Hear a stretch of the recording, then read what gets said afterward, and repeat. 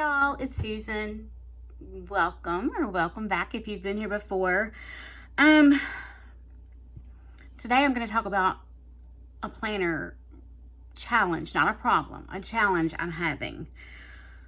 I've been watching a lot of other creators talking about goal setting, and for some reason I'm having a real hard time with that. I feel like people who have corporate jobs, it's easy. They want a promotion, they want a raise, they want to add a certain number of new clients, or I don't know, a realtor wants to sell 12 more houses than they did last year, or some, things like that. But for me, it's really hard. I don't work outside the home. And I don't want my goals to be like, oh, I want to do one more load of laundry a week than I currently do, because I do what needs to be done for laundry. You don't wash the clean stuff just so you can mark off an extra load a week. You know what I'm saying? I don't know. Financial goals. It's easy to set financial goals, or easier to set financial goals, but then again, not working outside the home, how do you set financial goals? Like, oh, I want to increase my income by $500 a month. Well, that's all fine and dandy, but if your income is zero, how are you going to make $500 a month? You know what I mean?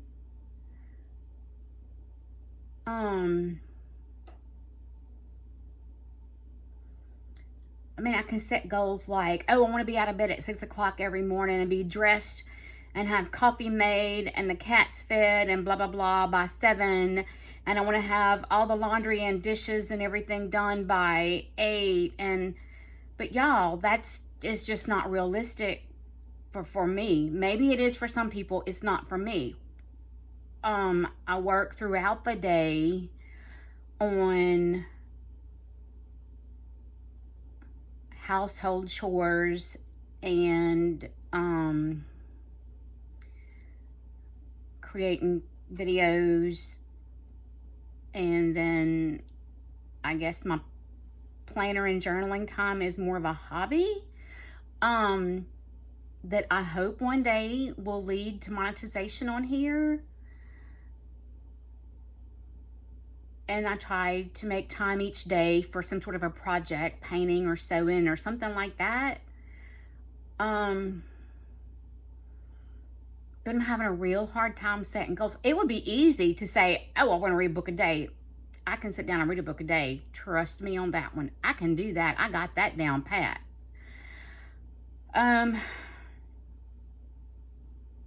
Does anybody else feel challenged when it comes time to set goals? Y'all, it's hard for me. And I know that if I don't have goals set, I can't make a plan to help me reach those goals. So is that why there are days when I feel like I'm stagnant, just like a freaking mud puddle, just sitting here getting funky?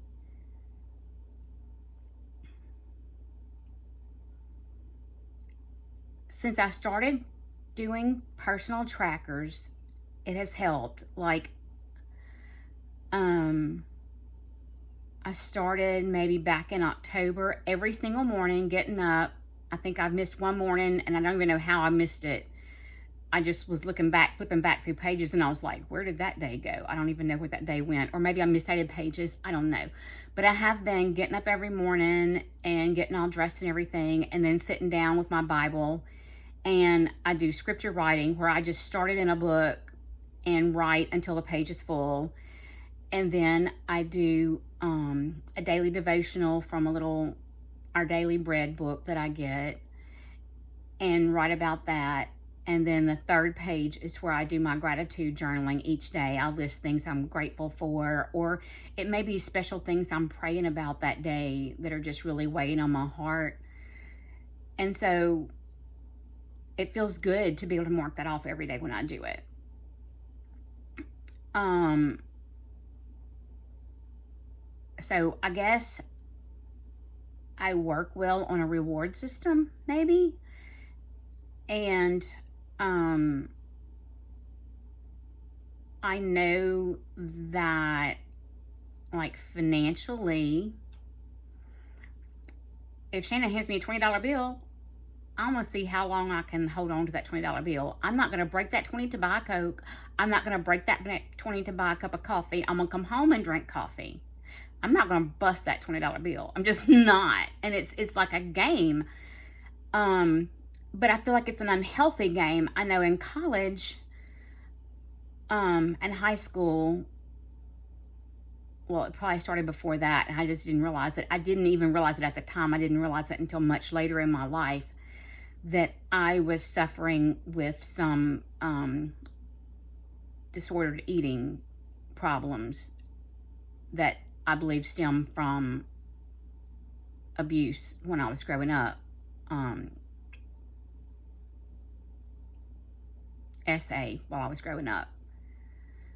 So I felt like now I can look back and know that there was nothing else in my life I could control. Everything felt out of my control, but I could control what I put in my mouth. I could control what I ate. And so I can remember in college, I had a little red Honda Civic, and on the dash, it had like this little scoopy kind of little 2-scooped area. I don't know what it was for. But I kept a bag of M&Ms there. And I would literally go days without eating. And I could get in my car and go, okay, they're there. If it gets that bad, if I get that hungry, I can eat these M&Ms. But I'm not. Cat's on the desk. And then I would get in my car the next day to go to work and be like, God, I'm so hungry.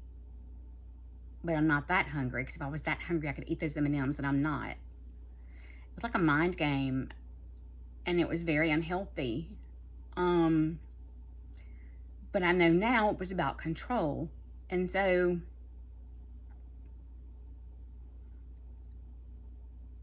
I still have control issues. I like things done a certain way, and I feel like I try to laugh it off and go, yeah, I like them done a certain way because it's the right way. But I sometimes wonder if it's a control thing. I like towels folded a certain way. To me, that order is comforting, I guess. Look at my cat. Boop. That's Lovebug. She's the crazy one. She's not crazy. She's misunderstood. Mama's baby. That's one of my babies. My other one is June. She's camera shy. She doesn't come around the camera much. But I feel like I'm rambling, and I know I am, but y'all, when you come from such a damaged background, how do you catch up to where other people are? Nobody talked to me about setting goals, because it was better that I not succeed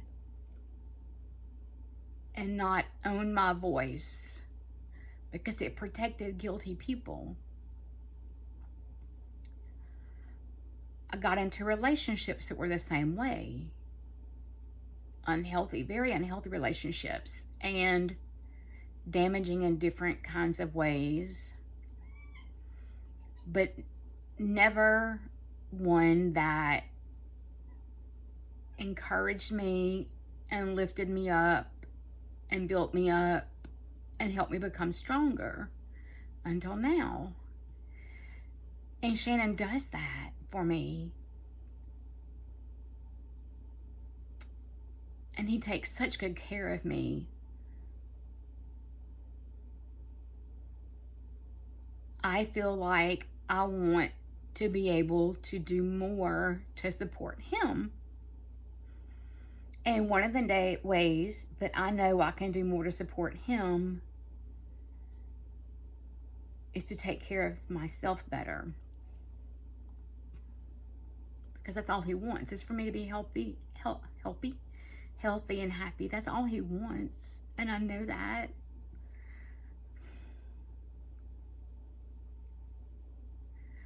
I'm just feel a little bit lost right now, because I know that if you don't have goals, you'll never meet them.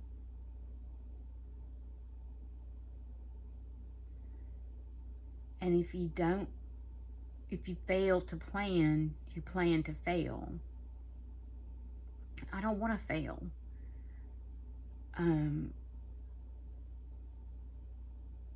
I think that I struggle when I tell someone I don't work outside the home, because I feel like I'm judged for that. I don't not work outside the home because he has this amazing career and makes a ton of money, because it's not like that. He's in law enforcement. I don't think they make a ton of money anywhere.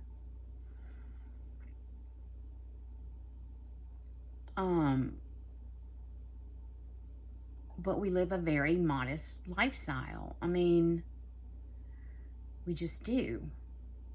And I think that's why we can be, more comfortable than some people. But definitely not lavish and wasteful and all that.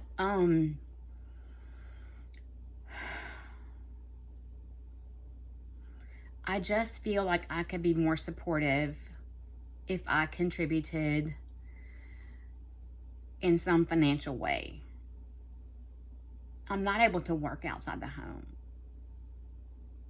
I'm just not. Mentally, I'm not.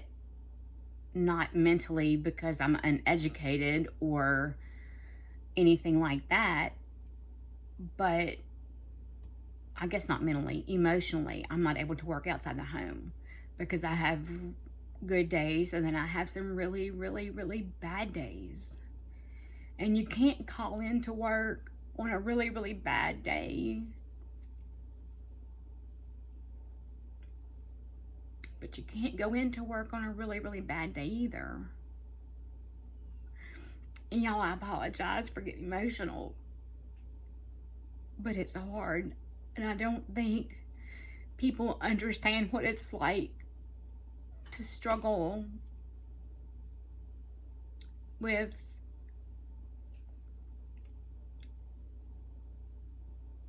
mental illness and deficits that are the result of being abused at such a young age and for such a long time. It affects the neuro pathways in your brain. And when that goes on for years and years and years, that path is so deep and ingrained that you can work so hard to try to change those paths. But you keep falling off of the new path back into that rut of the old path. I don't know what this is about. It was supposed to be about setting goals for 2025. I don't make resolutions because I feel like that's setting yourself up for failure. And some of the things that I knew I wanted to do, I started early because I was like, well, you know what? If I can do it January 1st, I can do it now. I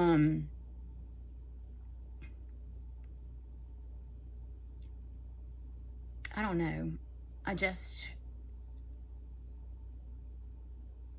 I'm having a hard time. This time of year is really bad because I don't have the family that I wish I had.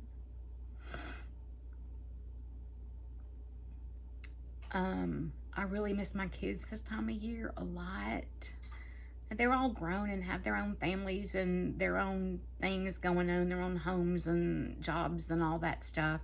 And I know Christmas is like on a Wednesday this year.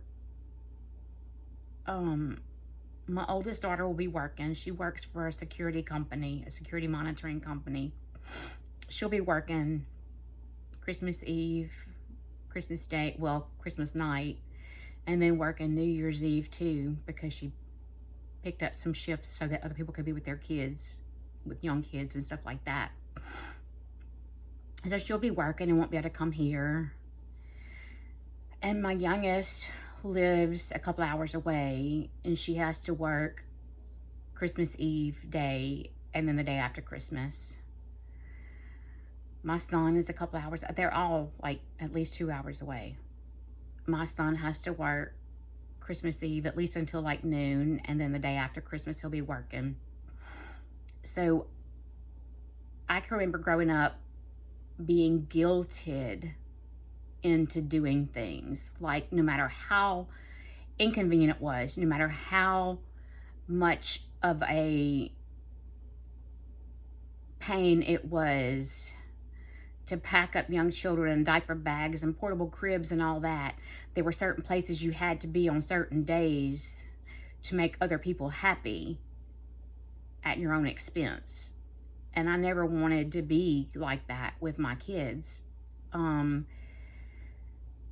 So, you know, I'm glad they're grown. I'm glad they have their lives. I'm glad they don't feel guilty, but I miss them, you know. I don't know. It's just this time of year, and I tried to talk to my doctor when I went 2 weeks ago about seasonal affected depression. I think it's called seasonal affective depression, seasonal affected. I don't know. It's SAD, and it is sad because I don't like the cold weather at all. It's not even freezing here yet, y'all, but I am freezing to death.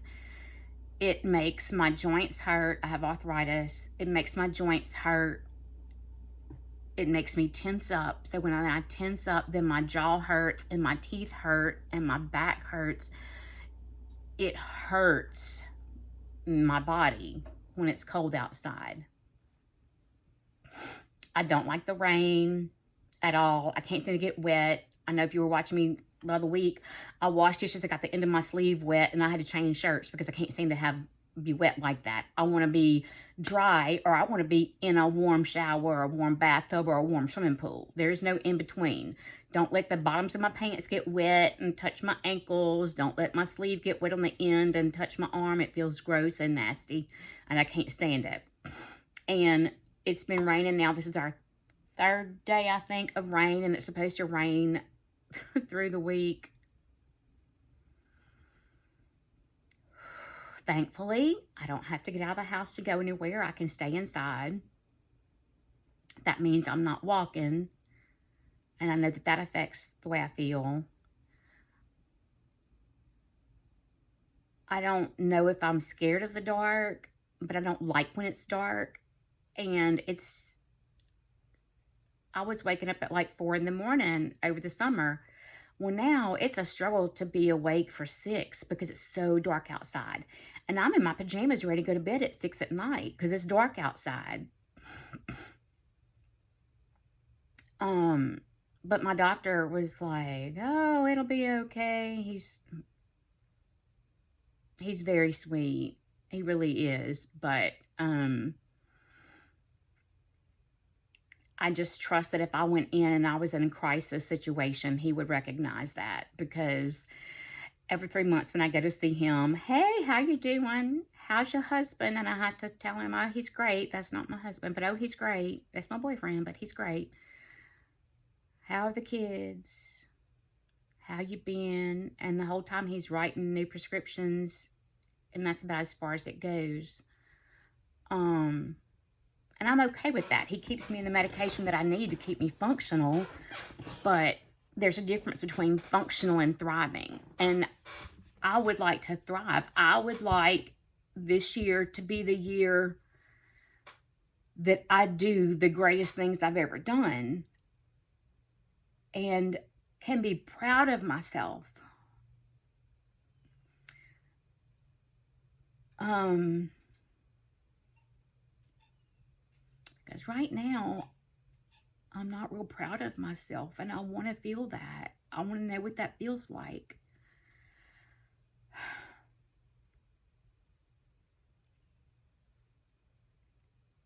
I'm sorry I got on here and got so emotional. This was not my intent. I don't even know what I want to talk. I want to talk about goal setting. Y'all, how do you set goals? If you don't have a job, how do you set goals? I don't want to dust furniture more often, or wash more dishes, or wash dishes more often, or cook more often, or whatever. I don't, but I feel like that's my life right now. I feel like that's all I do. I want this channel to be a place where we can talk and be honest with one another about things, and things like this, especially things like this, because mental health is so swept under the rug and secretive and shameful and all that, and it shouldn't be, but it is.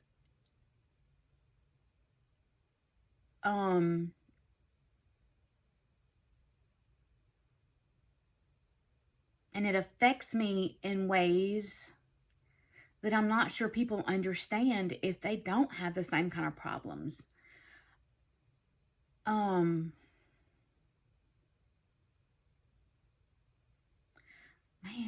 suggestions, you know, I journal throughout the day. I have my little book here, and I love this size. Instead of buying notebooks to fit in it, I buy composition books and cut them down to fit in here. And those are expired driver's licenses of my kids, like their first licenses and stuff. That makes me happy, so I can look at their pictures. I love that. And one of my old licenses, wow, I look different. I started this in October the 10th, and I counted, if I only write 1 page a day or 2 pages a day, I have enough to get to the end of the month. But I already have my next one cut out to put in here to start January 1st. So I write. I do my Bible study. I do my scripture writing. I do my devotional. I do my gratitude journal. I try to do something creative each day, because I do know that if I go too long without painting something or sewing something or crafting something, I feel like I'm going to explode, and I've got to do something, and I got to do something right that minute. So I try to do a little bit each day.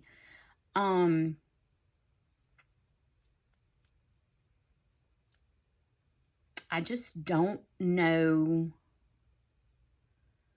what else I can do to help me feel like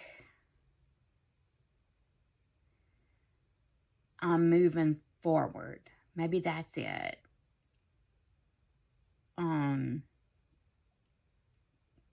I see people doing great things on here, and I want to do great things. I want to be able to give back. Right now, all I can give is my story, and hope that somebody looks at it and is like, wow, I guess my life isn't so bad after all. Or there's a Miranda Lambert song about somebody had to be a bad example of what and what not to do. Maybe I'm just a bad example. I don't know, y'all. I don't know. Just if you pray for me.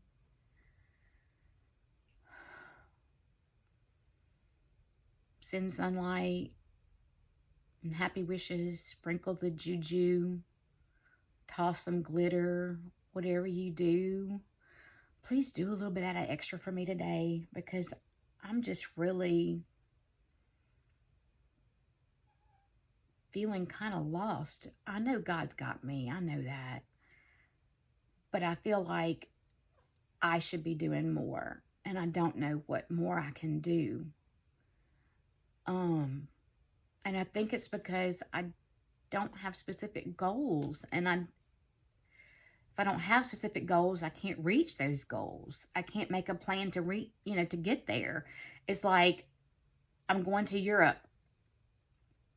That's good. Are you going on a cruise to Europe? Are you flying? I don't know. I'm going to Europe. You got the money to pay for that? No, but I'm going. Well, have you packed your bags yet? No, but I'm going. Is anybody going with you? I don't know, but I'm going. You know, it's a little bit like that, if that makes sense. That's a little bit how I feel. Except I don't even know where I'm going. I just know that I want to do great things. And I want to love people. And I want to help people. But I'm not even sure how I can do that. I don't know, y'all. I'm going to get off of here. I'm going to have a better day. I'm going to go drink some coffee. I'm going to pet my kitty cats. I lit a candle before I got on here. Smells a little bit Christmassy. Got a nice vanilla candle going. Got the Christmas tree lit up. I think I'm going to go outside in the rain and decorate Christmas. I hate the rain, but I'm going to do it anyway. I don't know. I felt like I needed to be honest with y'all today about where I am.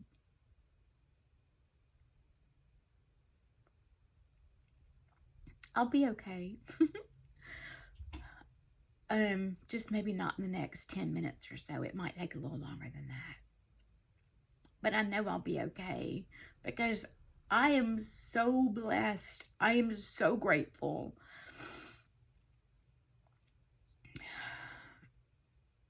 I need to focus on that. Maybe I need to quit worrying about setting goals.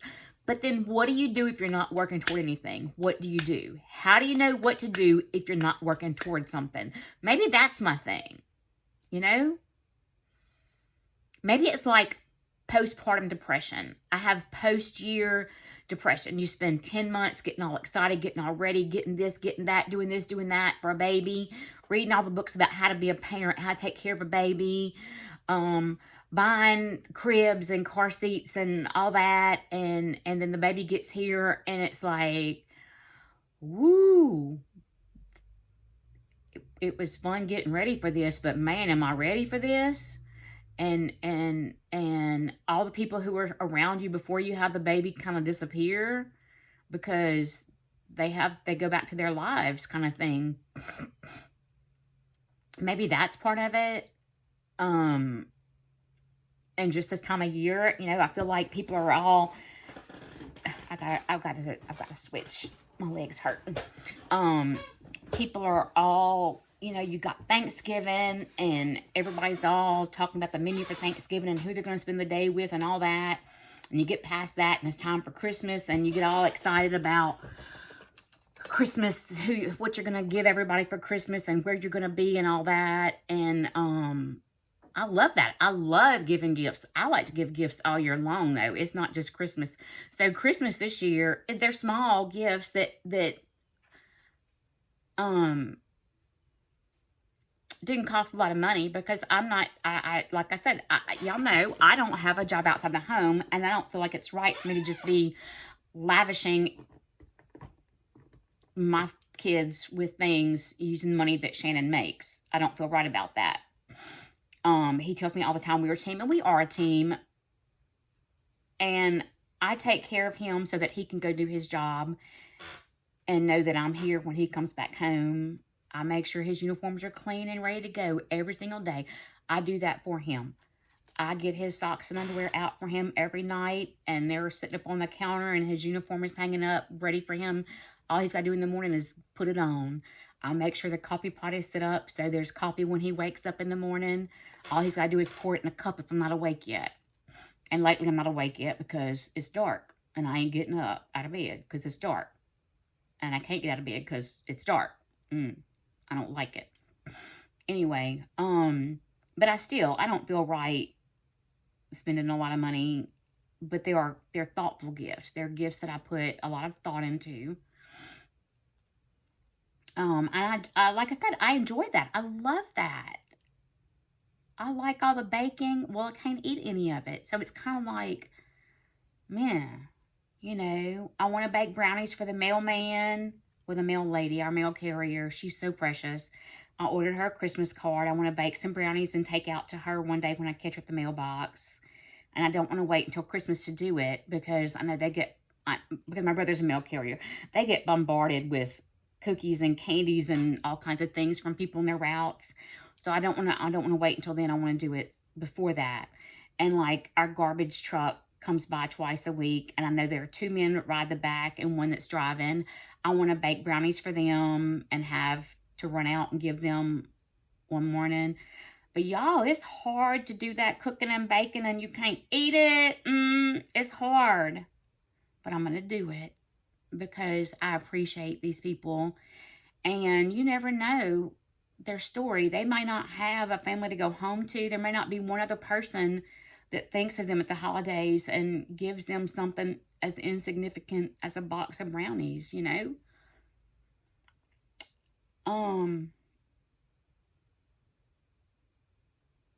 I want this channel to reach the point where I can give back in big ways. Children in the foster care system hold a special place in my heart.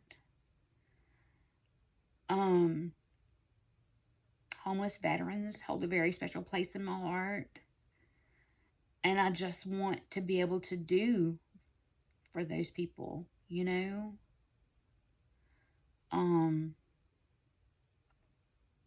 Yeah.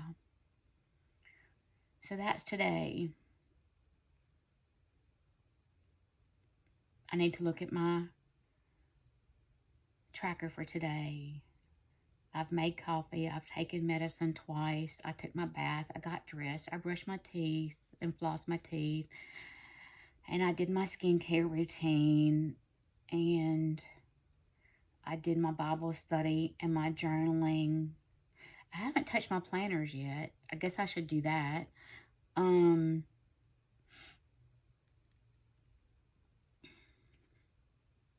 got some clean laundry to fold and put away. Woo! Here's the kitty cat. I've got a little bit of laundry I can wash, y'all. She knows no boundaries.